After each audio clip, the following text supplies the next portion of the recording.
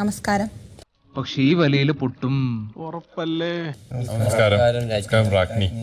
ജെട്ടിയുടെ elastic വരെ പൊട്ടും. ഉറപ്പാ. അപ്പൊ നമുക്ക് 5 റൂളില് ആദ്യത്തെ റൂള്, എങ്ങനെ ജീവിച്ചാലും എനിക്കൊരു പ്രശ്നമല്ല, ഇറങ്ങി പോടാ വെളിയിൽ. ഞാൻ എന്ത് പറയുന്നു അതേ ഇനി ഇവിടെ നടക്കുള്ളൂ, ഇല്ലെങ്കിൽ ഡയറക്റ്റ് നമുക്ക് ജയിലിലോട്ട് പോവാം. അങ്ങനെ എന്തെങ്കിലും സംഭവിക്കണമെന്നുണ്ടെങ്കിൽ ക്യാപ്റ്റൻ ഗ്ലീറ്റസ് ചാകണം. 2, എനിക്ക് എപ്പോഴും അടുത്ത 2 പേര് വേണം.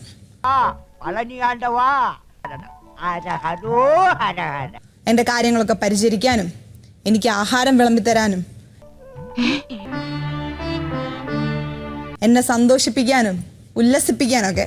അപ്പൊ അതിനു വേണ്ടിയിട്ട് ഞാൻ തെരഞ്ഞെടുക്കുന്നത്, പോകാൻ വരട്ടെ, ഈ വീട്ടിൽ നിന്ന് ആരും എങ്ങോട്ടും പോകുന്നില്ല, ഞങ്ങൾ പെണ്ണുങ്ങളാ പറയുന്നത്. അപ്പൊ ഞങ്ങൾ പുരുഷന്മാരെ അടങ്ങി ഒതുങ്ങി കഴിഞ്ഞാ മതി. അഭിനയ ആടിക്കൊഴിച്ചിലും സീൻ ഷൂട്ടിംഗ് ഒന്നും വേണ്ട.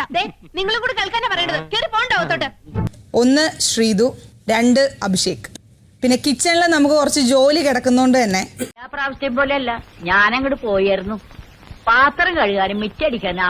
ഞാൻ ഓർക്കും എന്റെ അമ്മണിയമ്മേ, എവിടുന്ന് കിട്ടിയാവോ ഈ മൂരി സ്വഭാവം. അർജുൻ, നോറ, ഋഷി കിച്ചണിലെ ഡ്യൂട്ടി ചെയ്തോട്ടെ. 1.5 മണിക്കൂറിനുള്ളിൽ നമ്മുടെ ഫുഡ് എല്ലാം റെഡി ആയിരിക്കണം. അത് ശരി. ഇതെങ്ങാനും ശാരദം മറിഞ്ഞ ചൂലെടുത്ത് അയാൾ മൂത്തടിക്കും. അമ്പട കേമ.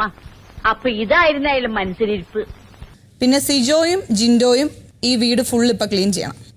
അത് ഞാൻ സമ്മതിക്കണം. അമ്മമ്മ പറ. സമ്മതിക്കരുത്. സൂചി കുത്താൻ ഇടം ചോദിച്ചിട്ട് തൂമ്പാക്കഴിയും തൂമ്പയും കടത്തുമെന്ന് പറഞ്ഞ കഷ്ടം. 5ാമത്തെ റോള്, ഞാൻ പറയുന്നതിനെ എതിർത്തുകൊണ്ട് തമാശയ്ക്കോ സീരിയസ് ആയിട്ടോ ഇവിടെ ഒരു ശബ്ദവും വേണ്ട.